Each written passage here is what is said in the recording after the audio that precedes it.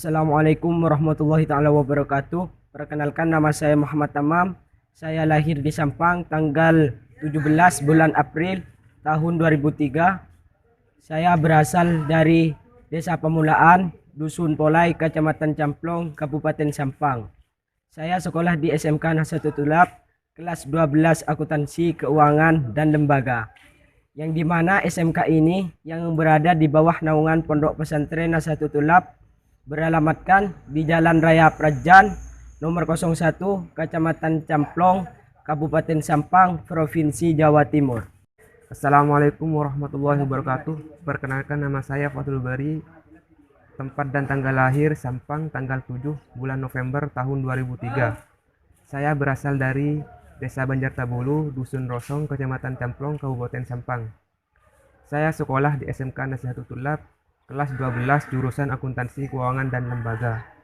Yang dimana SMK ini berada di bawah kenaungan Pondok Pesantren Nahdlatul Tulab, yang beralamatkan di Jalan Raya Prajan nomor 01, Kecamatan Camplong, Kabupaten Sampang, Provinsi Jawa Timur.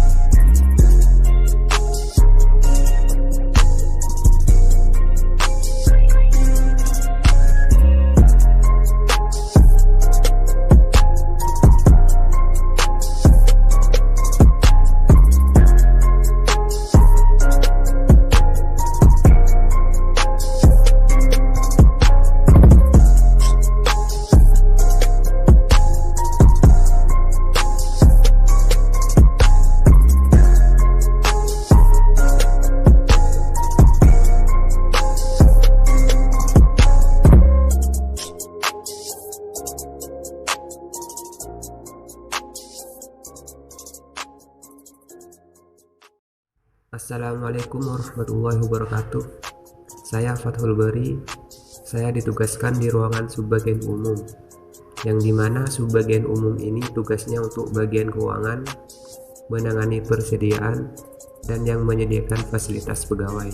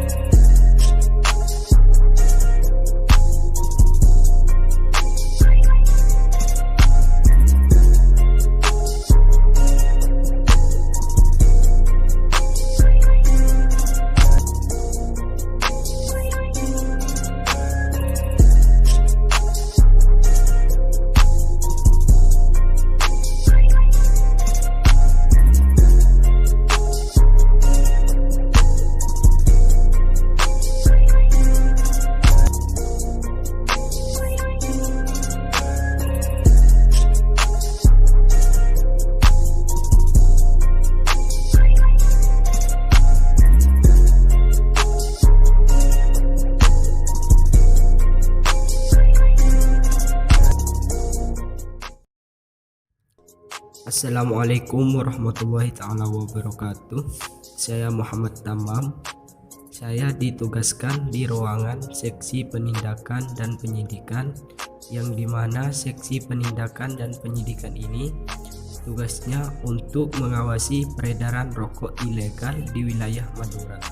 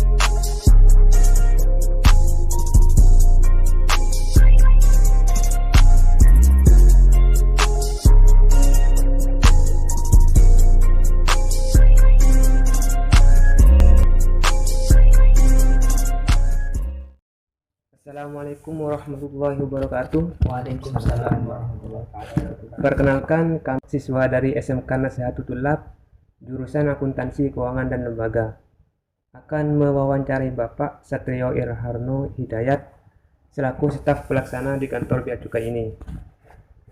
Pada kesempatan kali ini kami akan mengajukan beberapa pertanyaan kepada Bapak. Baik, langsung saja untuk pertanyaan pertama. Menurut Bapak, sejarah berdirinya kantor Bea Cukai ini bagaimana, Pak? Kalau dulu sebelum di Pamekasan ini ya, kantor Bea Cukai Madura ini kan tempatnya di Kaliangat. Kenapa tempatnya di Kaliangat? Karena dulu Bea Cukai ini mengawasi barang masuk selain dari luar negeri juga dari antar pulau. Jadi misalkan dari Sumatera masuk ke Jawa, masuk ke Madura ini ada pengawasannya dari kita. Makanya kantor kita berdirinya di Kaliangat, di pelabuhan Kaliangat di Sumenep. Nah, Bea Cukai sendiri tugasnya itu kan ini mengawasi keluar masuknya barang ke dalam wilayah Indonesia ini.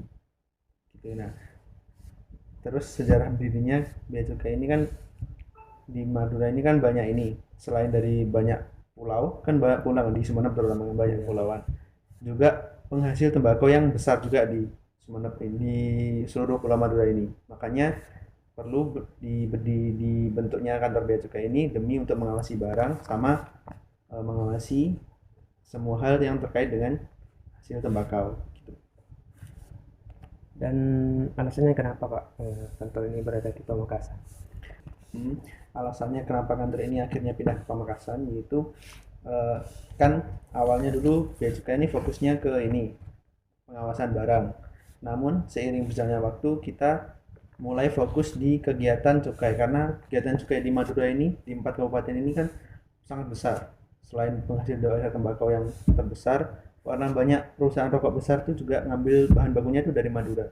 Kayak Gudang Garam, kayak Sampurna, itu bahan baku tembakunya ngambil dari Madura. Nah, kenapa kita berlokasinya di Pamekasan? Karena di Pamekasan ini selain banyaknya petani tembakau, juga banyak pabrik-pabrik rokok yang lokasinya tuh di Pamekasan. Jadi mengapa kantor kita pindah di sini? Karena kita ingin memudahkan pabrik-pabrik rokok itu untuk mengurus segala administrasinya agar nggak jauh-jauh lagi ke Sumeneb gitu. Baik, terima kasih. Selanjutnya pertanyaan yang kedua. Bagaimana struktur pegawaian di kantor bea cukai ini, Bapak? Dari pimpinan sampai bawahannya, serta seperti apa tugas dari masing-masing pegawai? Kalau struktur organisasinya, kantor kami ini dipimpin oleh seorang kepala kantor eselon 3. Dari kepala kantor ini mempunyai bawahan 5 kepala seksi. Yang pertama, kepala sebagian umum. Yang kedua, kepala seksi PKCDT, pelayanan kepabeanan dan cukai dan dukungan teknis. Terus ada kepala seksi perbendaharaan. Terus ada kepala seksi kepatuhan internal dan penyuluhan. Terus yang terakhir ada kepala seksi penindakan dan penyidikan. Nah, terus untuk tugas dan fungsi masing-masing dari seksi itu, kalau sebagian umum ini kan ada 3 bagian. Ya. Ada bagian rumah tangga, ada bagian kepegawaian, dan ada bagian keuangan. Kalau bagian rumah tangga ini mengkoordinir bagian persediaan kayak obat-obatan, alat tulis kantor, terus alat kebersihan, itu dikoordinir oleh bagian rumah tangga. Kalau bagian kepegawaian ini segala hal yang berurusan dengan pegawai, kayak pegawai mutasi, pegawai masuk, keluar, terus kenaikan pangkat, itu yang mengkoordinir dari bagian kepegawaian. Terus kalau bagian keuangan ini bagian yang menata usahakan, mengkoordinir bagian gaji. Selanjutnya seksi PKCDT. Kalau PKCDT ini ya intinya pelayanan kepada masyarakat, khususnya pengguna jasa. Di PKCDT ini ada pelayanan ini perizinan. Kalau setiap orang yang mau buat pabrik itu kan wajib membuat izin. Nama izinnya tuh NPWP-PKC, nomor pokok pengusaha barang kena cukai. Nah, itu yang mengkoordinir, yang ngurusin di bagian PKC. Jadi kalau ada orang mau buat pabrik, buat NPWP-PKC, itu dari seksi PKC. Nah, terus ada seksi perbendaraan. Nah, ini yang bagian menerima negara. Jadi pabrik kan kalau memproduksi rokok itu kan wajib beli pita cukai. Iya, Pak. Nah, pesan dulu pita cukainya, nama prosedurnya itu P3C. P3C itu untuk pesan pita cukai. Nah, ketika pitanya sudah datang, itu kita bayar cukainya. Istilahnya kita beli pitanya itu. Nah, uangnya itu kemudian kan namanya penerimaan cukai, itu nanti masuk ke APBN, jadi penerimaan negara. Nah, itu dari seksi perbendaharaan. Terus seksi apa lagi ya? PKC P2, penindakan dan penyidikan. Nah, ini bagian pengawasan. Jadi tugasnya itu melakukan pengawasan peredaran rokok di wilayah Madura. Jadi biasanya ada yang, kalau kalian tahu rokok ilegal yang nggak ada pitanya, nah itu kalau mereka nemu di pasar, misalnya di toko-toko, itu kita berikan sosialisasi ke yang punya toko, ini rokok ilegal, jangan dijual. Kalau masih dijual, terpaksa kita sita. Itu. Terus seksi yang terakhir, kepatuhan internal dan penyuluhan. Kalau kepatuhan internal sendiri itu mengawasi standar pelayanan yang di kantor ini sudah berjalan sesuai peraturan atau belum. Terus mengawasi kedisiplinan pegawai, itu dari kepatuhan internal. Kalau yang penyuluhan itu kaitannya dengan penyuluhan informasi, kayak kita sosialisasi ke masyarakat, ke dinas-dinas terkait itu dari seksi penyuluhan. Sudah semua ya? Baik, lanjut ke pertanyaan yang ketiga. Ya. Apa tujuan dan manfaat berdirinya kantor bea cukai khususnya bagi masyarakat itu seperti apa? Kalau tujuan dirinya kantor bea cukai ini, yang pertama itu kan kita memfasilitasi di sini karena kita bergerak di bidang cukai, kita fasilitasi pabrik rokok yang ada di sini. Ada beberapa fasilitas yang kita udah jalan, yaitu yang pertama ada fasilitas penundaan cukai. Fasilitas penundaan cukai itu kalau kita beli pita cukai itu nggak harus kita bayar sekarang juga, bisa kita bayar 2 bulan berikutnya. Itu jadi termasuk fasilitas yang kita berikan. Terus ada lagi yang masih kita bangun, namanya fasilitas KIHT. KIHT itu kawasan industri hasil tembakau. Nah itu misalkan kita punya keterbatasan, jadi nggak bisa, lokasi kita nggak cukup untuk buat pabrik, kita bisa manfaatkan KIHT itu untuk memproduksi rokok. Jadi nggak harus kita punya bangunan pabrik sendiri, kita bisa manfaatkan yang namanya KIHT itu.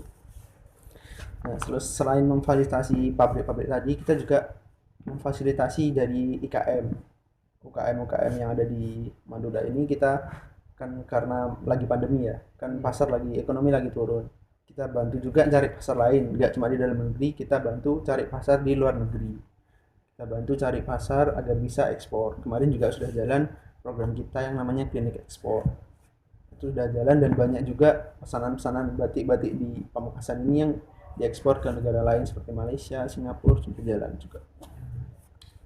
Selain memfasilitasi tadi, kita juga tujuan utamanya kita itu menghimpun penerimaan negara, utamanya itu dari cukai dari pabrik rokok tadi yang sudah kita himpun, itu kita setorkan ke negara yang masuk ke APBN, nanti kembali lagi ke masyarakat.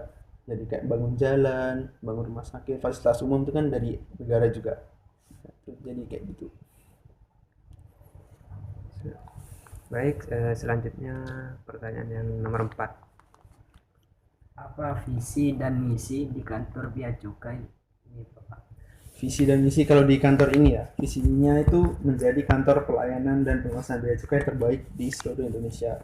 Kalau visinya itu memberikan pelayanan yang terbaik bagi masyarakat, terus memberikan pengawasan yang optimal, sama mengoptimalkan penerimaan negara.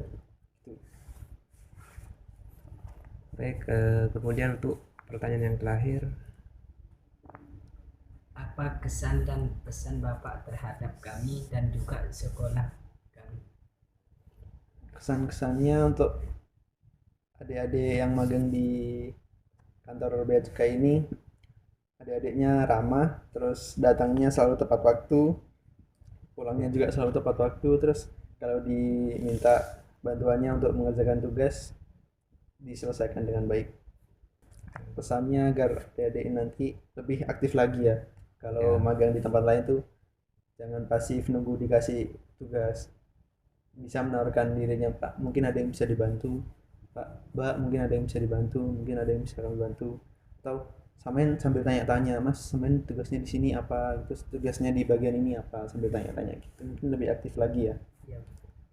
Cari ilmu sebanyak-banyaknya lah di tempat magang. mungkin ada pesan buat sekolah untuk magang ke depannya nanti gitu. Mungkin pesannya ini ya, agar diberi apa ya, tugas harian kayak laporan harian gitu, hari ini telah melaksanakan ngapa gitu, agar harian biar jelas hari ini kita ngapain, hari ini sudah ngapain aja. Terus ada ini nanti ada laporannya juga nggak? Ada juga, Pak. Ada laporannya juga. Oh iya, mungkin itu Harinya nanti. kerja apa gitu. Datangnya jam berapa, pulangnya jam berapa. Itu ada deh. Ada di laporan harian ya, Iya. tanggal sekian ngapain Iya. aja. Iya sudah. Baik, terima kasih atas semua jawabannya. Demikian wawancara hari ini. Kami ucapkan terima kasih kepada Bapak yang telah meluangkan waktunya. Kurang lebihnya saya mohon maaf. Saya akhiri. Wassalamualaikum warahmatullahi wabarakatuh. Waalaikumsalam warahmatullahi wabarakatuh.